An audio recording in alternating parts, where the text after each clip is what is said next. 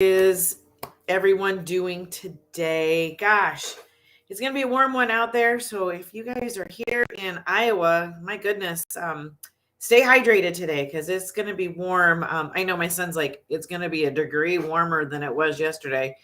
But I think we are supposed to have some breeze today, so that'll be nice. Guys, I wanted to come to you today and talk to you a little bit about the stigma around frugality. Okay. And that's why my title is 3 Reasons Why People Fear Frugality. And here is why the stigma is wrong. The stigma is wrong. And I'm going to give you the 3 reasons. I'm going to give you 3 reasons why people fear it. And then I'm going to tell you why the stigma is wrong. Because it is wrong. I know plenty of people that have lots of money and they are the most frugal people you would ever meet. And it's because they are telling their money where to go. Excuse me, I had a tickle. Hold on. My frugal iced coffee for this morning. First one. Okay, so 3 reasons why people fear frugality. Number 1, I will have to give up all my stuff. Wrong. I live a very frugal life and I have 3 horses right now.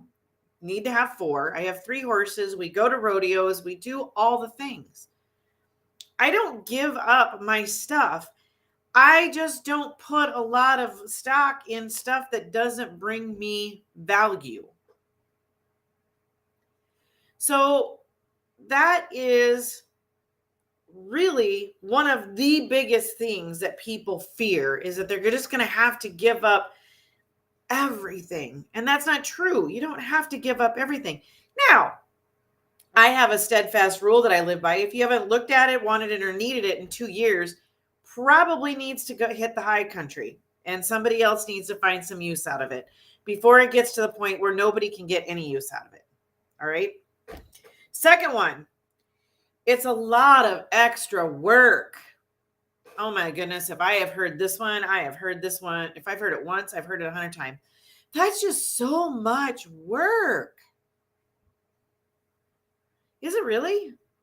I mean, is it really that much work? It's planning. I find time to get it done. So is it really that much more work?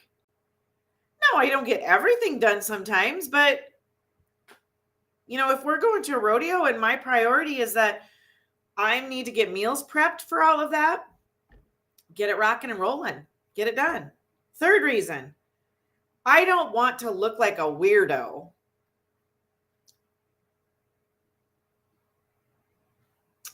Here's the thing, guys. I think you look less like a weirdo and more like a person who just is conscious of where their money goes. What if you didn't look like a weirdo and you didn't think you were living like a weirdo, but yet that you were being conscious of where your money's going? What if saving a little money at the concession stand when you go to the rodeos or whatever horse event, what if that piles up to where maybe you can enter another event?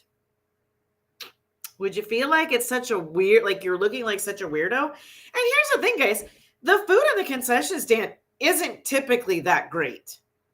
Unless if it's like a big place event, they have fried whatever. And honestly, it's personally not great for my waistline. That is one of my biggest reasons. It's personally not that great for my waistline. So that's my thing, guys, is you're not being a weirdo. And the stigma is wrong because we wrap our heads around the fact that, oh, I'm just going to look like a weirdo. I'm going to look like I can't afford anything. That's wrong. That's wrong. That is your thought on the subject. It's not everyone's thought on the subject.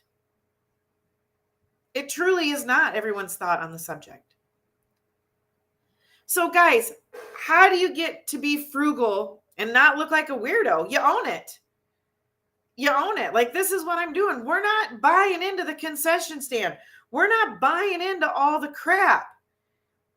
We don't have to have a brand new saddle. Do you know how many things I've found out there that's been just as nice on sale, or somebody's not needed it, so I've snagged it up?